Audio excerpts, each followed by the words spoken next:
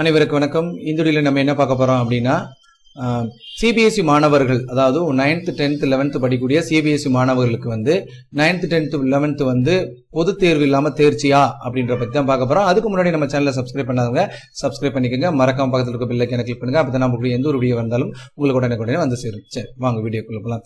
இன்று காலையில நம்மளுடைய தமிழக முதல்வர் என்ன அறிவிச்சாங்க அப்படின்னா 9, 10, 11ஆம் வகுப்பு மாணவ மாணவிகள் வந்து பொது தேர்வின்றி அனைவரும் தேர்ச்சி பெற்றதாக அறிவிச்சாங்க. ஸோ இந்த சூழ்நிலையில நம்மளுடைய சிபிஎஸ்சியில படிக்கக்கூடிய மாணவர்களுக்கு ஒரு சந்தேகம் வரும், இந்த அதிரடி அறிவிப்பு நமக்கும் பொருந்துமா அப்படிங்கிறதான். ஸோ இது என்ன சொல்லியிருக்காங்க, அதுக்கு பள்ளிக்கல்வித்துறையிலேருந்து என்ன ஒரு தெளிவான விளக்கம் கொடுத்துருக்காங்க அப்படின்னா, சிபிஎஸ்சியில் பயிலக்கூடிய மாணவர்களுக்கு இது பொருந்தாது.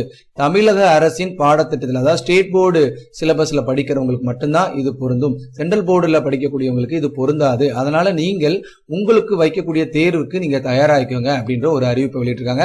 ஸோ அதனால இந்த சிபிஎஸ்சி போர்டுல படிக்கக்கூடிய 9th 10th 11th மாணவர்கள் எந்த ஒரு குழப்பம் அடைய வேணாம், உங்களுக்கு இது பொருந்தாது அப்படின்னு தெளிவா சொல்லியிருக்காங்க. மேபி அவங்க ஜெனரல் போர்டுல அறிவிச்சாங்க அப்படின்னா அப்போ உங்களுக்கு அது பொருந்தும். இது தமிழகத்தில் அறிவிக்கக்கூடிய அறிவிப்பு பொருந்தாது. ஓகேங்களா? ஸோ இந்த அப்டேட் உங்களுக்கு வந்து தொடர்ந்து இது மாதிரியான நியூ அப்டேட் வர வேணும் அப்படின்னா நம்ம சேனலை சப்ஸ்கிரைப் பண்ணிக்கோங்க. மறக்காம பக்கத்தில் இருக்க பெல் ஐகானை கிளிக் பண்ணுங்க. தேங்க்யூ.